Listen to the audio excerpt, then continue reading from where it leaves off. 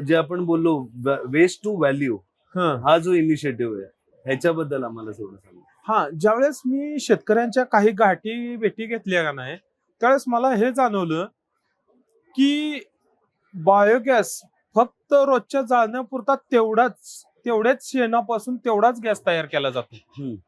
आणि त्याच्यासाठी 2 ते 3 जनावर पुष्कळ होतात एका फॅमिलीच्या स्वयंपाकासाठी. हम्म. तर मला असं कळलं की 10 जनावर असल्यावर बाकीच्यांचं शेण जर टाकलं तर जास्त गॅस तयार होणार, पण तो जास्त गॅस करायचा काय, हा त्यांना मोठा विषय होता. कारण त्याचं जाळण्याशिवाय दुसरा पर्याय नव्हता.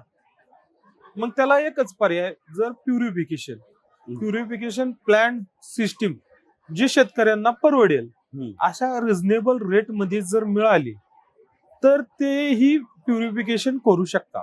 ओके. मग आपण ही बनवली? मी स्वतः ही सिस्टीम बनवली. माझ्या सासरवाडीत म्हणजे दूध उत्पादनासाठी गायींचा गोठा आहे. मग त्यांच्या 20, 25, 30 अशा गायी असतात. आणि सरासरी बघितलं तर ते किती आठवड्यातून 2 वेळाच ते 3 वेळा शेण टाकतात.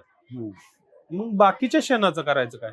शेण तर गॅस निघून पण तेवढंच राहतं. म्हणजे शेण आहे तेवढंच शेतकऱ्याला मिळते, वरनं गॅस हा प्रॉफिटेबल झाला. आणि दुसऱ्या एका शेतकऱ्याची गाठ घेतली त्यावेळेस मला असं जाणवून आलं, त्याच्यापाशी गुरे 10च आहेत पण त्यांची केळीची बाग आहे. अच्छा. आणि केळी चे घड विकल्यानंतर खोड तसंच राहतं आणि ते खोड तोडून तसेच बांधावर टाकतात. ओके. मग त्याचा जर क्रश करून तोच बायोगॅस मध्ये उपयोग केला, म्हणजे बायोगॅस तयार करण्यासाठी रॉ मटेरियल शेणाबरोबर, तर माझ्या कॅल्क्युलेशन नुसार, म्हणजे मी जे स्टडी केला त्याच्यानुसार 30 ते 40 रुपयाचा गॅस एका खोडापासून मिळू शकतो. सीएनजी गॅस 30 रुपये म्हणजे सरासरी जर आपण 80 रुपये किलो सीएनजी पकडला सेल आउट, तर अर्धा किलो गॅस सहज मिळतो. म्हणजे तुम्ही म्हणताय ह्या मशीननी गावागावात जर सगळ्या शेतकऱ्यांनी बसवलं तर सीएनजी गावचं गाव स्वतःचा सीएनजी बनवून तो पुरवठा करून बाहेर विक्री करता येईल. हा, विक्री करता येईल एवढा तयार करू शकतात. कारण गावाकडे कसं आहे, ऍग्रिकल्चर वेस्ट जे असतं ते बरेच काही असतं जे कुजणार असतं ते निघतं. धान्य काढल्यानंतर बाकीचं तसंच जळून, गव्हाचे काड असतात तर हे जाळून टाकलं जातं.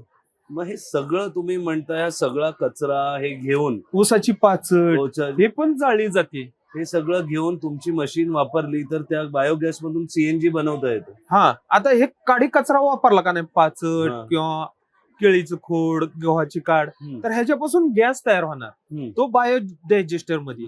आणि आपला जी सिस्टीम आहे ती त्याच्या पुढे, म्हणजे गॅस बनवण्यासाठी जेवढं जास्त मटेरियल टाकचाल तेवढा जास्त गॅस तयार होणार.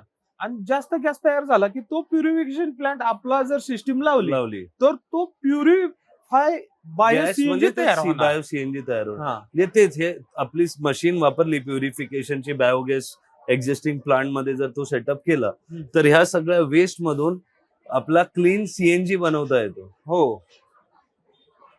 आणि तो शेतकरी स्वतःच्या गाडीला किंवा ऍज अ सेल, आज सीएनजी म्हणजे ऊर्जाच झाली. जर ऊर्जा अशी घरोघरी बनत राहिली,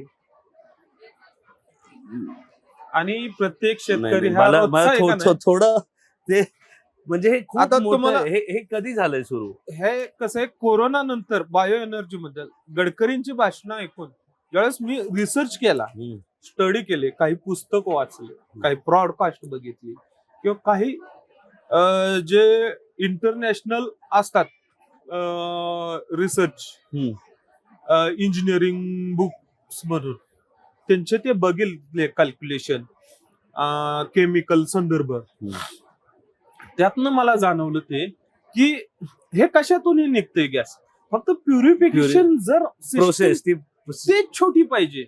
आणि ह्याची कल्पना मला सुचली खरं चायनावाल्यांच्या एका इक्विपमेंट मुळे. एक छोटं इक्विपमेंट, जशी की आपण एक 2000च्या आधी गाडीला हवा भरण्यासाठी मोठा एअर कॉम्प्रेसर वापरायचो.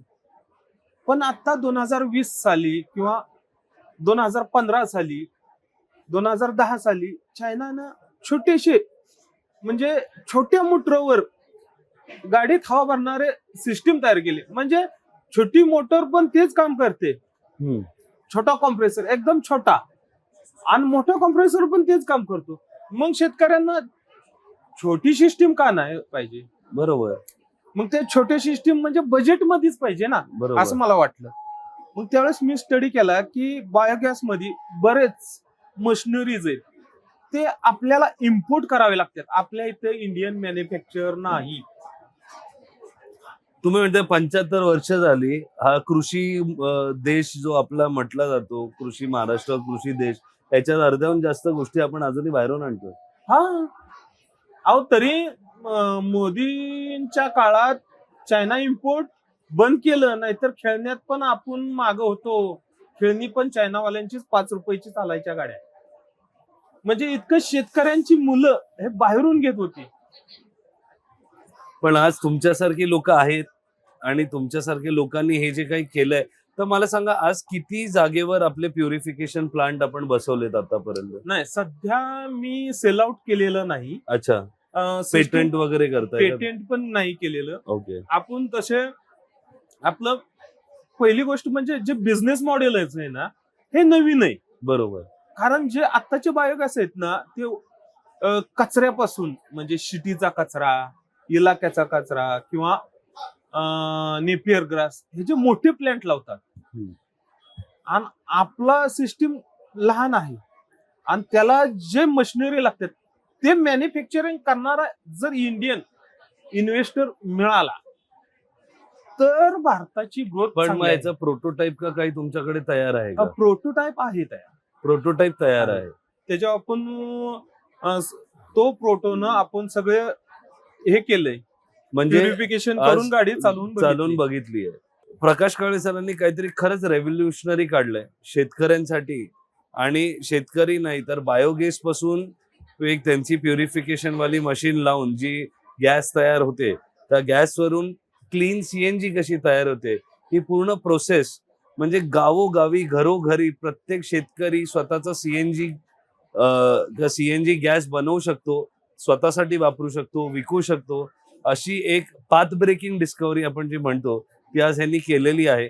मराठी मूड आवाहन करतो की अशा टेक्नॉलॉजी आणि अशा इनोव्हेशनला आज पाठबळाची गरज आहे आणि कोणीतरी त्यांना मागून येऊन सगळ्याच प्रकारचं म्हणजे जे जे त्यांना शक्य होऊ शकतं तसा सपोर्ट जर केला तर खूप चांगलं होईल आणि हे गावोगावी पसरतील आणि आपल्या सगळीकडे बायोगॅस मधून मिथेन जो तयार होतो, ज्यांनी आपण म्हणतो वातावरण खराब होतं, ते पण प्रॉब्लेम सॉल्व्ह होतात आणि त्या सोबत क्लीन सीएनजी ही तयार होतं.